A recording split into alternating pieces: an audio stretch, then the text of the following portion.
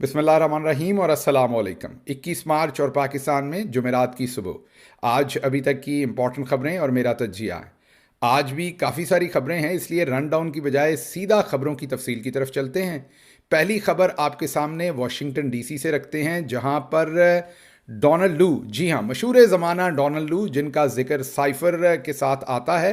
याद कीजिए, जो पाकिस्तानी अम्बेसडर असद मजीद थे, जिन्होंने ऑन ओथ, क्योंकि नेशनल सिक्योरिटी कमेटी के अंदर 2 दफ़ा अपीयर हुए, दोनों दफ़ा उन्होंने बताया कि किस तरीके से डोनाल्ड लू की उनके साथ मुलाकात हुई और उस मुलाकात में उन्होंने पाकिस्तान के लिए क्या पैगाम भेजा।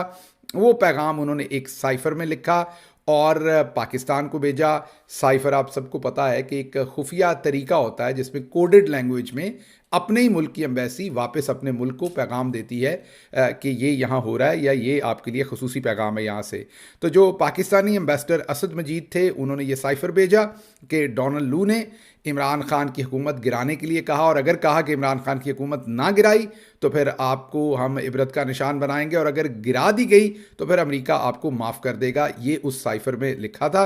और उसके फ़ौरन बाद तहरीक अदम एतमाद पर काम शुरू हो गया, जमा हो गई, और फिर उसी तरीके से उस साइफर के महीने डेढ़ के अंदर ही वो तमाम चीज़ें होती हुई नज़र आईं और इमरान खान की हुकूमत गिरा दी गई। अब असद मजीद ने तो 2 दफ़ा नेशनल सिक्योरिटी कमेटी में आकर बताया कि ये बिल्कुल, उन्होंने वज़ीर आज़म पहले इमरान खान और उसके बाद शहबाज शरीफ दोनों को, और उसके अंदर आर्मी चीफ्स भी बैठे हुए थे, सबके अंदर उन्होंने कहा कि बिल्कुल मुझे ये पैगाम दिया, ये मैंने लिख के भेजा। और उसके ऊपर जब उनसे मशवरा लिया कि क्या करना चाहिए, तो उन्होंने कहा कि डिमार्श करना चाहिए। डिमार्श का मतलब वार्निंग समझ लें, या एक आप अनप्लेजेंट एक तंबीह जारी करते हैं, अगले बंदे को नापसंदीदगी का इजहार करते हैं, और ये डिप्लोमेटिक लैंग्वेज में एक सख्त तरीन एक्शन होता है, रेप्रीमांड करने के बराबर होता है। जैसे आप अपने एम्प्लॉय को रेप्रीमांड करते हैं, उस तरह की चीज़ होती है ये। और अगर अमेरिका ने ये साइफर का पैगाम नहीं दिया था, तो फिर पाकिस्तान जैसे छोटे मुल्क की, मीन मैं कद के साइज़ के हिसाब से, इकॉनमी के हिसाब से छोटे मुल्क की बात कर रहा हूँ, वैसे तो हमारा मुल्क सबसे बड़ा है हमारे मोहब्बत एहतराम के हिसाब से तो, लेकिन अमेरिका सुपर पावर है। अब हमारे तीनों आर्मी चीफ उसके अंदर बैठे थे, चेयरमैन जॉइंट बैठे थे, इमरान खान बैठे थे, सब वज़रा बैठे थे, और उसमें एम्बेसडर असद मजीद ने कहा कि डिमार्श करें, और डिमार्श किया गया। और उस डिमार्श करने के फैसले को हमारे तीनों चीफ्स ने सपोर्ट किया। उसके बाद शहबाज शरीफ का जो नेशनल सिक्योरिटी कमेटी हुई, उसमें भी डिमार्श को सपोर्ट किया गया और कहा गया कि पाकिस्तान के खिलाफ साजिश नहीं हुई लेकिन मदाखलत हुई है। तो याद कीजिए कि अगर वो साइफर ना आया होता तो असद मजीद क्यों लिखते, क्यों कहते, पाकिस्तान की नेशनल कमेटी जो है वो क्यों, सिक्योरिटी की जो कमेटी है वो क्यों डिमार्श का फैसला करती, और डिमार्श फिर अमेरिका को क्यों किया जाता। अमेरिका आगे से पूछता ना कि आप लोगों का दिमाग ख़राब है, आप हमें क्यों डिमार्श कर रहे हैं, हमने तो ऐसा कुछ किया ही नहीं। लेकिन आज जो कांग्रेशनल मीटिंग हुई अमेरिका के अंदर, वाशिंगटन के अंदर, कल हुई बुनियादी तौर पर, उसमें जो डोनाल्ड लू थे, उन्होंने कांग्रेस के सामने कहा कि जी बिल्कुल, मैंने ऐसा कुछ नहीं किया, मैंने कोई एम्बेसडर को ऐसा पैगाम नहीं दिया, हमारी तरफ से कोई पैगाम रसानी नहीं हुई। तो अब डोनाल्ड लू की अगर स्टेटमेंट को 1 मिनट के लिए सच माना जाए तो फिर इसका मतलब यह है कि एम्बेसडर असद मजीद ने गलत बयानी की। अगर उन्होंने गलत बयानी की तो फिर पाकिस्तान को तो उनके खिलाफ बहुत सख्त एक्शन इस टाइम लेना चाहिए, उनकी इंक्वायरी करनी चाहिए। उन्होंने 2 मुल्कों के दरमियान लड़ाई करवा देने की सिचुएशन एक किस्म की क्रिएट कर दी है, तो उनके खिलाफ तो कार्रवाई बनती है। और अगर डोनाल्ड लू की बात दूसरे मरहले पे जाते हैं कि उसको सच मान लिया जाए, तो फिर पाकिस्तान में इमरान खान को किस चीज़ की सज़ा दी गई है? पाकिस्तान में तो यही कहा गया है कि एक साइफर आया था जिसके मंदरजात को इमरान खान ने लीक कर दिया। तो फिर अगर कोई साइफर आया ही नहीं था, डोनाल्ड लू ने कोई बात कही नहीं थी, और साइफर में कोई हकीकत ही नहीं थी, तो इमरान खान को किस लिए सज़ा दी हुई है? तो ये तो इसके 2 पहलू हो गए। इसका दूसरा पहलू ये है कि अगर डोनाल्ड लू सच्चा है तो फिर अमेरिका ने उस वक्त एहतजाज क्यों नहीं किया जब पाकिस्तान ने डिमार्श किया? तो अमेरिका ने आगे से क्यों नहीं पूछा कि भाई आप लोगों का दिमाग ठीक है, क्यों डिमार्श कर रहे हैं हमें, हमने क्या किया है, हमने तो कोई साइफर नहीं भेजा। उस टाइम तो अमेरिका बिल्कुल चुप रहा, कुछ नहीं कहा, क्योंकि अमेरिका को अपने किए हुए का पता था। तो आज कल जो यहाँ पर हुई, वहाँ जब डोनाल्ड लू बोल रहे थे तो चोर चोर के नारे भी, अपना झूठे झूठे के नारे भी लगे, उनको झूठा भी कहा, हाजरीन ने उनके खिलाफ नारेबाजी भी की वहाँ पर, और ये भी कहा कि जो वो झूठ बोल रहे हैं वो ये बात दुरुस्त नहीं। और समझ में आता है कि हमें पहले ही पता था कि वहाँ आकर डोनाल्ड लू तो ये नहीं कहेंगे कि हाँ जी ये मैंने किया था। अगर वो ये कहेंगे तो अमेरिका में भी उनके खिलाफ कार्रवाई शुरू हो सकती है, जाहिर है। तो वो कभी अपना या अपनी हुकूमत का कसूर तो नहीं मानेंगे। लेकिन इसमें कामयाबी क्या है, फिर आप सोचते होंगे हासिल क्या किया है। हासिल ये किया है कि जो अमरीकी डायस्पोरा है या अमरीका में रहने वाले पाकिस्तानी हैं, जो पाकिस्तानी डायस्पोरा है यहाँ पर, उन्होंने ये पहली दफ़ा पाकिस्तान की 76 साल तारीख में इतनी दूर तक पाकिस्तानी पहली दफ़ा पहुँचे हैं। अब आप ये समझे कि गोल के बिल्कुल करीब तक पाकिस्तानी पहली दफ़ा पहुँचे हैं। अब स्टेट डिपार्टमेंट हो, डोनाल्ड लू हो, कांग्रेस हो, अमरीकी मीडिया हो, सबको पता है कि पाकिस्तानी कम्युनिटी अब यहाँ पर वाइब्रेंट हो गई है।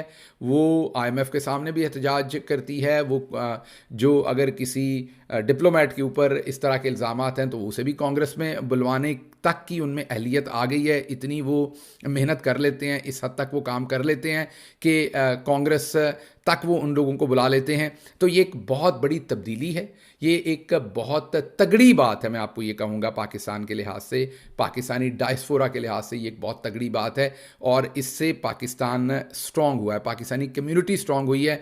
अमेरिका में मैं ये नहीं कहता कि आइंदा पाकिस्तान के बारे में ऐसी कोई बात नहीं होगी, लेकिन करने से पहले अगला बंदा सोचेगा। इस खबर में कुछ और पहलू हैं, वो हम बाद में लेटर ऑन में आपसे डिस्कस करता हूँ। अब अगली खबर की तरफ हम चलते हैं। इस्लामाबाद में इमरान खान के ज़माने में एक साइकिल ट्रैक बना था। वो साइकिल ट्रैक बना हुआ है, उसको थोड़ा सा उखाड़ा गया, एक जगह से उसको तोड़ा गया या उखाड़ा गया, वहाँ पर नई तख्ती लगाई गई और 2.5 अरब रुपए रखे गए। जी, साइकिल ट्रैक बना हुआ है, सिर्फ एक जगह से थोड़ा सा उखाड़ के वहाँ तख्ती लगा दी है कि नया ट्रैक बन रहा है और 2.5 अरब रुपए उसके लिए रख दिए गए हैं। अब आप खुद सोच लीजिए कि वो 2.5 अरब जो हैं वो किसने खाने हैं और वो किधर जाने हैं, क्योंकि ट्रैक तो पहले से बना हुआ है। तो एक तो ये स्टोरी है, जो करप्शन की गज़ब कहानी जो है वो अगली आ रही है। मोहसिन नकवी साहब से फ़ाद शाहबाज, जो मैंने कल भी आपको कहा था, उन्हें ज़रूर सुना करें, वो वीलॉग भी करते हैं। चोटी के मंजे हुए वो रिपोर्टर हैं और मैं उनको ज़्यादा नहीं जानता, उनका मैंने सिर्फ काम देखा है और मेरा दिल कहता है कि वो ईमानदार आदमी है। मेरे सामने कोई सबूत नहीं है उनका, क्योंकि मैंने कोई बहुत ज़्यादा उनके साथ काम नहीं किया, लेकिन जिस तरीके से वो बोलते हैं उनका दिल उसी जगह पर है जहाँ पर किसी भी सच्चे पाकिस्तानी का होना चाहिए। और मेरे ख्याल में वो सच्ची रिपोर्टिंग करते हैं। क्रिटिकल भी बहुत होते हैं पाकिस्तान तहरीक इंसाफ पर, हम पर भी, लेकिन मुझे कम अज़ कम उनमें कभी लिफाफा सहाफ़त आज तक नज़र अभी तक नहीं आई। कभी बदल जाएंगे तो फिर हम भी अपना तज्जिया बदल लेंगे। तो उन्होंने मोहसिन नकवी साहब से सवाल किया कि जी आप फ्रंट पैन थे, आपको FIA ने बुलाया था। तो मोहसिन नकवी साहब ने कोशिश की उनके सवाल को कि बस इधर उधर कर दें, कोई खातर ख्वाह जवाब नहीं दिया और हाथ पांव फूले। इसके साथ साथ इसी से जुड़ी खबर आपको दे दें कि मोहसिन नकवी साहब अभी वज़ीर बने हैं, लेकिन पहले ही हफ्ते में उनका पहला झूठ जो है वो सामने आ गया। ट्विटर बंद करने के ऊपर उन्होंने कहा था कि वजारत दाखिला को कोई पता नहीं। उसकी वजह यह कि वेस्टर्न वर्ल्ड जो है वो सब एक्स, जैसे आप एक्स कहते हैं, पहले ट्विटर कहते थे, उसकी बंदिश के ऊपर डोनाल्ड लू से भी ये सवालात भी पूछे गए और उसने अपने जवाब में भी कहा कि ये एक्स को बंद करना जो है वो बहुत ख़तरनाक बात है। तो मोहसिन नकवी साहब ने अपने आप को उससे डिस्टेंस करने के लिए कहा कि जी वजारत दाखिला का कोई लेना देना नहीं है। हालांकि अब ख़त लीक हो गया है कि गालबन 17 फरवरी को ख़त जो है वो जारी हो गया था वजारत दाखिला से कि ट्विटर एक्स जिसको आप कहते हैं उसको बंद कर दिया जाए इमीडिएटली। तो मोहसिन नकवी साहब का ये झूठ भी जो है वो सामने आ गया है। इमरान खान की मीडिया से बातचीत हुई है जेल के अंदर, उन्होंने बहुत इंटरेस्टिंग बातें की हैं कुछ। उन्होंने एक तो ये कहा है कि वो 5-6 महीने और जेल में रहेंगे। जी हाँ, तो जब आप नाउमीद होते हैं तो आप इमरान खान की बातचीत सुना करें और उनका कंपोजर देखा करें। वो आपको भी तैयार करते हैं कि 5-6 महीने अभी और मुश्किल वक्त है और कौमों की ज़िंदगी में चंद साल बड़े मुश्किल होते हैं। चंद साल मुश्किल के जो है ना वो कोई बात नहीं होती, बड़े लंबे अरसे भी कई कौमों की ज़िंदगी में मुश्किलात के होते हैं। ज़रा देखें ना नेल्सन मंडेला की जद्दोजहद, 30 साल, तकरीबन 30 साल उनको जेल में रहना पड़ा तकरीबन।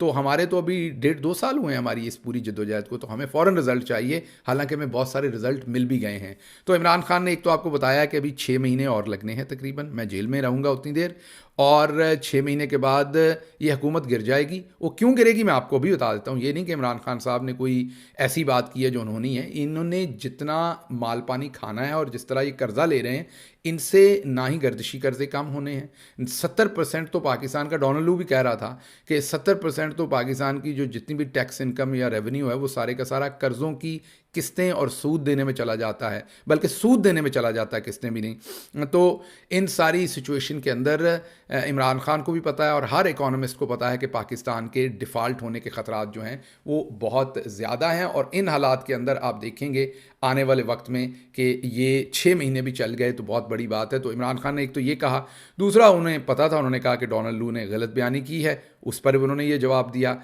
तीसरा उन्होंने कहा कि 23 मार्च का जो जलसा है उसमें हम सबको बुला रहे हैं और जो भी शामिल होना चाहता है, फजल रहमान को भी बुलाएंगे, शेख रशीद को भी जो आएगा वेलकम, और हम बुनियादी तौर पर धांधली के खिलाफ जो है वो बातचीत करना चाहते हैं। नवाज शरीफ का उन्होंने बताया कि वो मुल्क से अब भाग जाएगा जल्द, मैं देख रहा हूँ कि कब भागता है, और अगर वो बूटों के साथ लिपटा हुआ रहा तो पॉलिटिक्स ख़त्म हो जाएगी, बूट छोड़ेगा तो फिर दूसरे मास्टर्स नाराज़ हो जाएंगे कि मामलात और ख़राब हो जाएंगे।